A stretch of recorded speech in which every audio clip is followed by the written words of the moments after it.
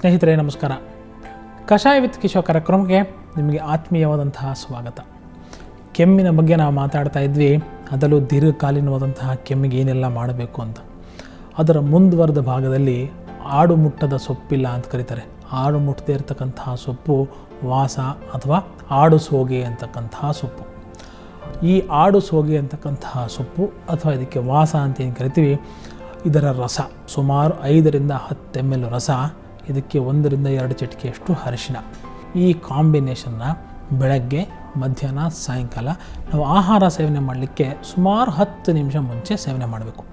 ಇದರ ಜೊತೆಗೆ ಊಟ ಆದಮೇಲೆ, ವಿಶೇಷ ಊಟ ಆದಮೇಲೆ ಅಥವಾ ವಿಶೇಷವಾಗಿ ಯಾರು ಸಂಗೀತವನ್ನು ಅಭ್ಯಾಸ ಮಾಡ್ತಿರ್ತಾರೆ ಅಥವಾ ಯಾರು ತುಂಬ ವಾಕ್ಪಟುಗಳಾಗಿರ್ತಾರೆ, ಭಾಷಣಕಾರರಾಗಿರ್ತಾರೆ, ಅತ್ಯಂತ ಹೆಚ್ಚಿನ ಮಟ್ಟದಲ್ಲಿ ತಮ್ಮ ಗಂಟಲಿನ ಉಪಯುಕ್ತತೆ ಇರುತ್ತೆ, ಅಂಥವರು ಜ್ಯೇಷ್ಠ ಮಧು ಅಥವಾ ಅತಿ ಮಧುರ ಅಂತ ಏನು ಕರಿತೀವಿ.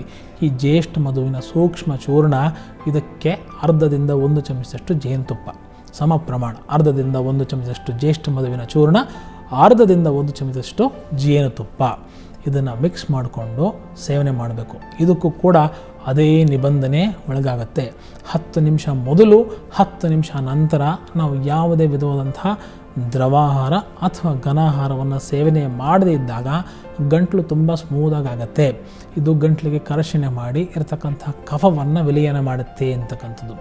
ಸ್ವರಭೇದಕ್ಕೂ ಕೂಡ, ಅಂದರೆ ಏನು ಹೋರ್ಸ್ನೆಸ್ ಆಫ್ ವಾಯ್ಸ್ ಅಂತ ಏನು ಕರಿತೀವಿ, ಗಂಟಲು ಕಟ್ಕೊಂಡ್ಬಿಟ್ಟಿದೆ, ಗಂಟಲು ರಾಚ್ಕೊಂಡ್ಬಿಟ್ಟಿದೆ ಅಂತಕ್ಕಂಥ ಸಂದರ್ಭಗಳಲ್ಲೂ ಕೂಡ ಈ ಜ್ಯೇಷ್ಠ ಮಧು ಮತ್ತು ಈ ಜೇನುತುಪ್ಪದ ಒಂದು ಕಾಂಬಿನೇಷನ್ ಇದೆಯಲ್ಲ, ಇದನ್ನು ಪ್ರಯೋಗವನ್ನು ಮಾಡಿದರೆ ಡೆಫಿನೆಟ್ಲಿ ಅನುಕೂಲ ಆಗುತ್ತೆ ಅಂತಕ್ಕಂಥದ್ದು.